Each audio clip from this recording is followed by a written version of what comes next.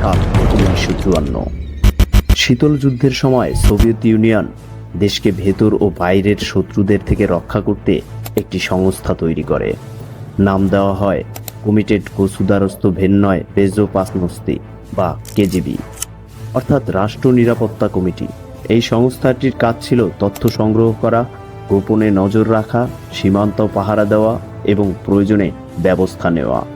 কাগজে কলমে এটি ছিল দেশের সুরক্ষার জন্য, কিন্তু বাস্তবে এটি বেশি রক্ষা করত দেশের শাসন ব্যবস্থাকে।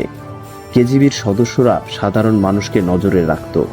এই গুপ্তচরেরা ছদ্মবেশে বিভিন্ন জায়গায় ঢুকে পড়ত আর খুঁজে বের করত সরকার বা দেশবিরোধীদের। তখন চারদিকে ছিল গুপ্তচর, মানুষের চাকরি এক রাতেই চলে যেত। অনেক সমালোচককে ধরে নিয়ে যাওয়া হতো কারাগার বা শ্রম শিবিরে, কেউ কেউ একেবারেই হারিয়ে যেত। এতে ধীরে ধীরে ভয় মানুষের জীবনের অংশ হয়ে যায়। এটি শুধু একটি সাধারণ গোয়েন্দা সংস্থা ছিল না, এটি ছিল মানুষের উপর নিয়ন্ত্রণ রাখার একটি উপায়। এই সংস্থার ভেতরেই কাজ করতেন একজন কর্মকর্তা, যার নাম ছিল ভ্লাদিমির পুতিন। তিনি তখন বিখ্যাত কেউ ছিলেন না, কোনো বড় রাজনৈতিক সম্পর্কও ছিল না।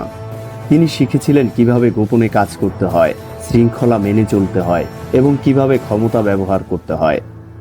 এই দক্ষতাগুলো ছিল পর্দার আড়ালে কাজ করার জন্য, সামনে এসে নেতৃত্ব দেওয়ার জন্য নয়।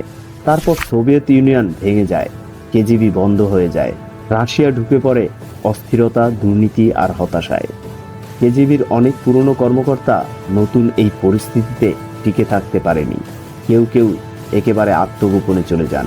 কিন্তু পুতিন হারিয়ে যায়নি। খুব অল্প সময়ের মধ্যেই তিনি ছোট পদ থেকে উঠে এসে মস্কোর ক্ষমতার কেন্দ্রে পৌঁছে যান। প্রথমে গুরুত্বপূর্ণ দায়িত্বে, তারপর প্রধানমন্ত্রী, এরপর প্রেসিডেন্ট। কিভাবে এমনটা সম্ভব হলো? পুতিন কি শুধু ভাগ্যবান ছিলেন, নাকি কেজিবির কৌশলগুলো সম্পূর্ণভাবে কখনো হারিয়ে যায়নি?